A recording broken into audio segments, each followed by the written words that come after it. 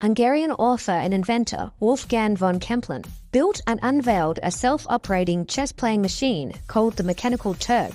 In demonstrations around Europe, his chess-playing invention won most of its games against actual human chess players, and it's even said that it went on to beat players like Napoleon and Benjamin Franklin. Naturally, the invention was extremely popular, a marvel of its day. However, it was actually just some guy under the table secretly operating the machine. In other words, it was a hoax. Some 250 years later, in 2016, Amazon pulled a similar stunt. Their checkout system called Just Walk Out allowed customers to simply grab items from the store and leave. Under this system, customers didn't have to manually scan their items at the checkout. The transactions and logistics were automatically taken care of behind the scenes by AI. An elegant combination of computer vision, sensor fusion, and deep learning. Or was it? Just like the Mechanical Turk, all was not as it seemed. Amazon's so-called AI technology was actually powered by 1,000 people in India watching and labeling videos to ensure accurate checkouts. Now, humans labeling data is often how AI models are first trained, and that's fine, but the point is, the advertising was misleading. Even by 2022, these 1,000 people were still manually reviewing 70% of transactions in 20 Amazon Go stores, 40 Amazon Fresh grocery stores, and 2 Whole Foods stores. Although some saw it as dystopian, Amazon promoted their Just Walk Out technology as a utopian magical solution powered by AI. And herein lies the problem. Companies often leave out critical information in the fine print. It wasn't until 2023 that Amazon mentioned the use of the 1,000 people in India. And it gets worse. According to a report by The Information, other companies were swindled too. Quote, 30 stores operated by other companies in the US, sports stadiums, 12 airports, and 1 university all used Amazon's walkout technology. And this is where things become murky. When companies promise revolutionary technology but don't follow up on them, it creates distrust, but it can even spoil it for those who are doing legitimate work in the field. With the AI revolution that we've seen over the past couple of years, there needs to be a more critical look at what's happening with AI. In this episode, we'll see the reasons for the AI hype and its consequences. We'll look at if there is indeed an AI bubble and what real-world impact that might be having. This includes companies releasing half-baked AI products, but also simultaneously replacing actual humans with AI. It's a dichotomy of an industry, so sit back and relax. The everybody's thrilled about is the fact that it can make scammers' lives easier. AI can help generate convincing texts that try to trick you into clicking a phishing link. And then there's the spam emails and robocalls. You've all experienced it, but why does it happen? It's because your information has been sold to data brokers. They're making a fortune from selling your information to robocallers and scammers. They can know a lot about you, including your name, phone number, and address. But there's a simple way to identify data brokers and submit opt-out requests on your behalf. Brokers are legally required to remove your information if you ask them to, but they make it super hard to do. Let Aura handle that for you. Aura also does so much more to protect you and your family from online threats that you can't see.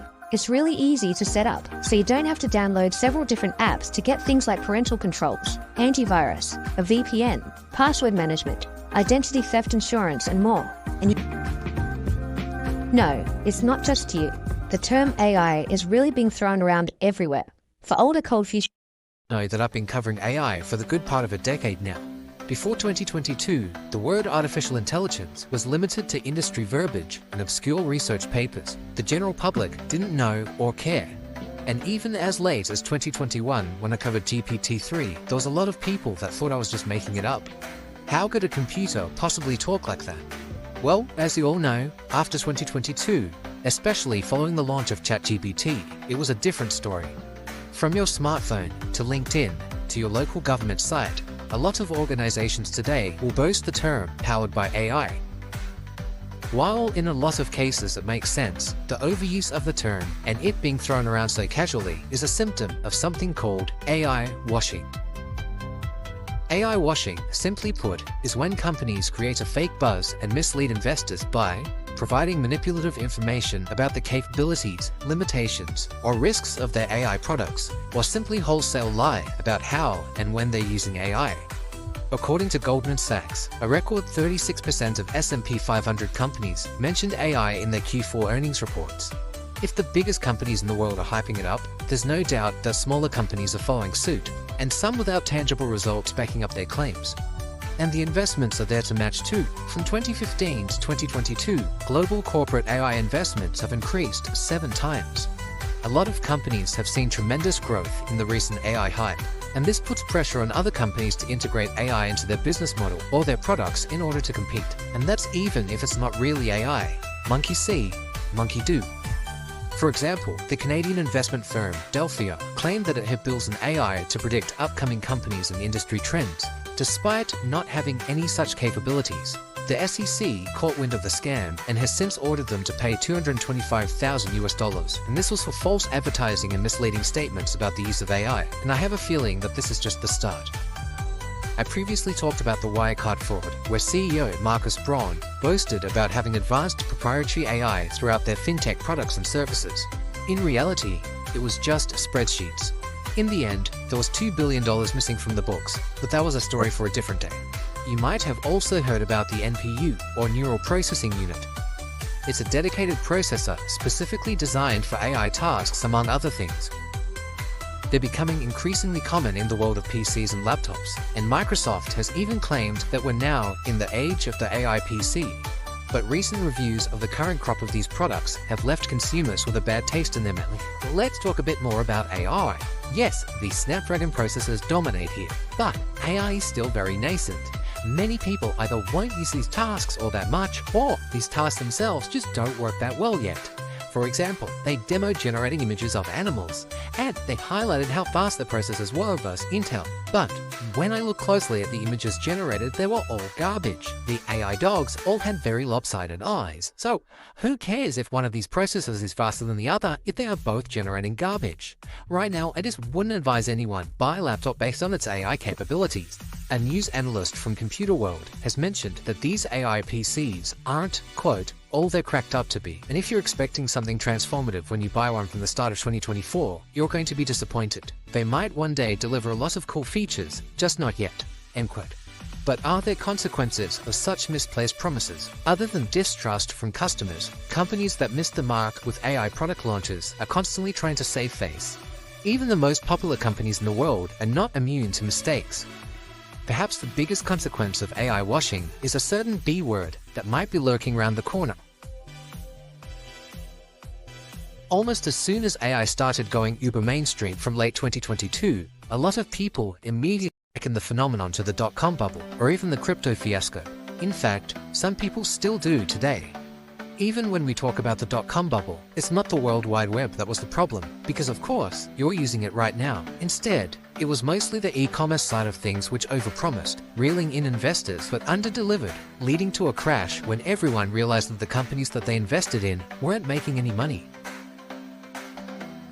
With AI, there's no doubt that we'll see some more investment in the space and monumental growth too. According to Oppenheimer, no, not the one you're thinking of, he's a chief global equity strategist at Goldman Sachs Research. Quote, "We believe we are in the relatively early stages of a new technology cycle that is likely to lead to further outperformance," end quote. NVIDIA, who designs the chips that are powering big tech's AI revolution, is tentative proof of this.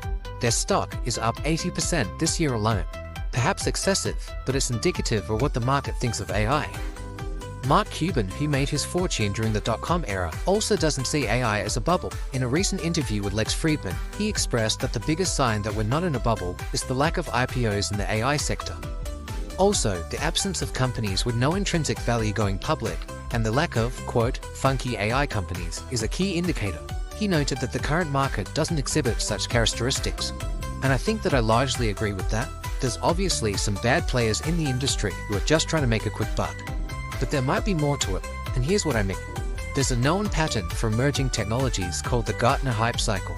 It describes how humans tend to be overzealous about a new, revolutionary technology. We overestimate and overshoot its impact, hype it up until the market crashes. And after the crash, the real companies with the real value come through and spearhead the development of the new technology until it's mature. If we look at the Gartner hype cycle for AI, it seems like we're at the closing stages of the peak of inflated expectations and are slowly entering the trough of disillusionment. This interpretation of the current market means that there's going to be a lot of disappointment ahead. The real applications of AI will come after the hype and fatigue fades.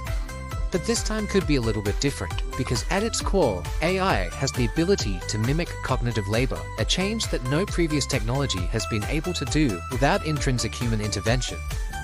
Whereas, as pointed out in a previous podcast episode, during the dot-com bubble, there were a lot of people simply making a random website and going public, and investors would throw money at anything with a .com at the end of its name. There's been a lot of organizations that have been rushing to launch AI products, or replace humans with AI altogether. But the ones who are hastily adding the ever-popular, quote, powered by AI gimmick are failing badly, and there have been some spectacular AI failures. For example, a parcel delivery firm called DPD enabled an AI online chat for answering questions. For one customer, it was not only useless at answering relevant questions regarding his order, but instead, when asked, it provided him with a poem and swore at him. This amazing poem came forth about a DPD chatbot that wasn't able to do anything. It was quite amazing. It appeared to even disregard its own rules and started swearing, and even started dissing its own employer, adding, "DPD is the worst delivery firm in the world. I would never recommend them to anyone." In Australia, a group of academics used AI-generated material as part of their complaint submission to the Australian Parliament against 4 of Australia's biggest banks. Of course, the AI made up a whole bunch of information, including scandals that never existed, and implicating Deloitte when they had nothing to do with the original complaint.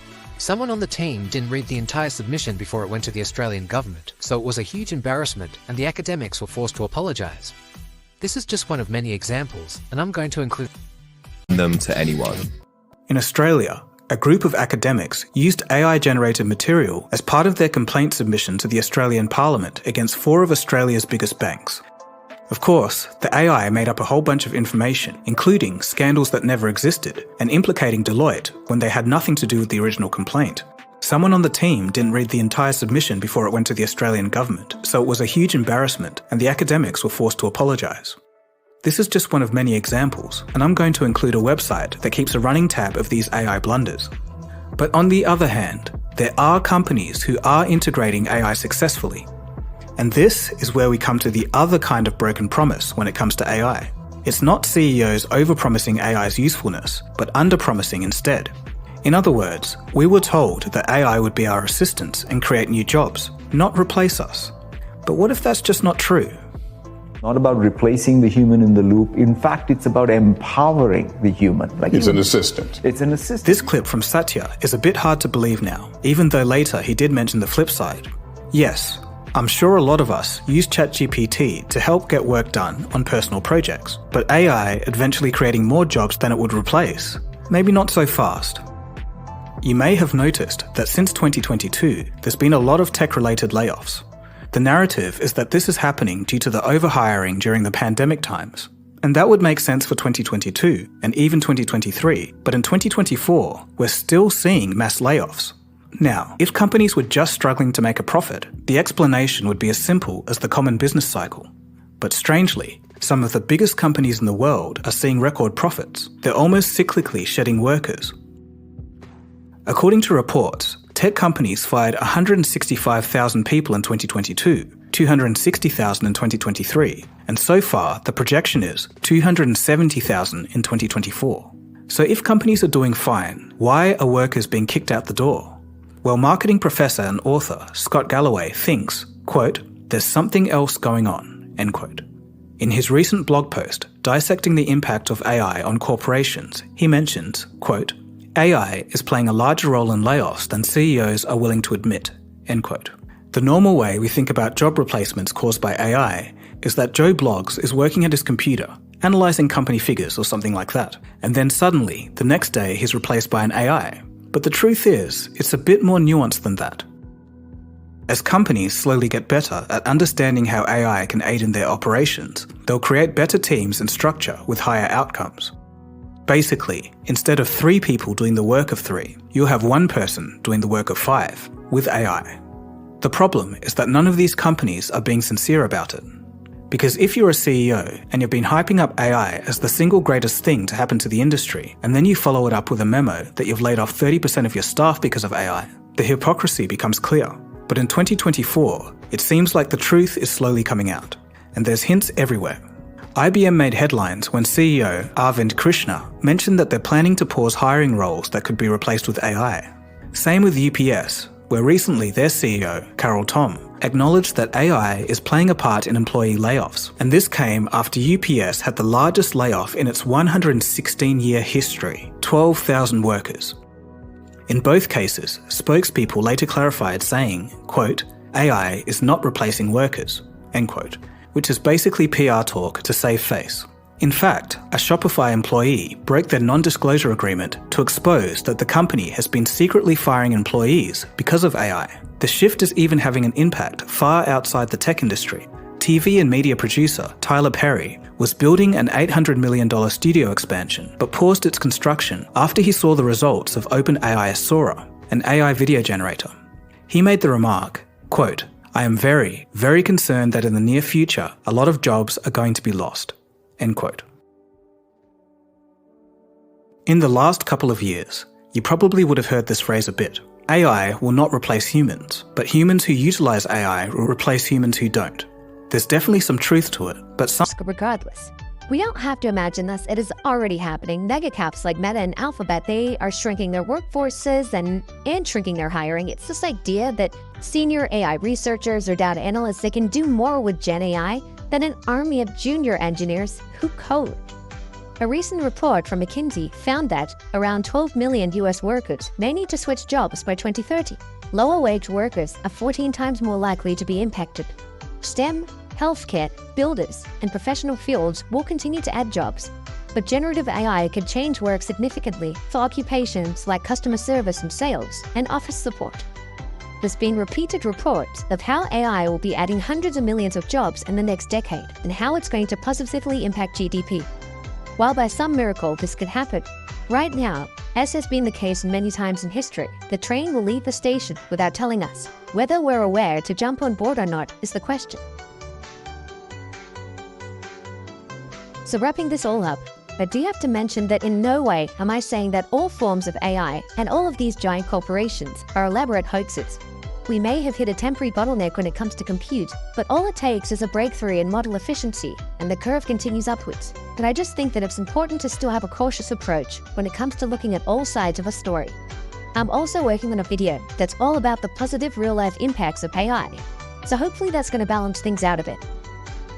So far, it seems like the promises of AI are yet to be fully realized, whether that's creating and not taking jobs, solving global issues, or even providing us with a dependable AI customer service bot that doesn't swear at us. With such big and bold promises from these companies over the years, it's important for all of us to ask ourselves, do we have technological gold, a Trojan horse, or a chess master hiding under a table?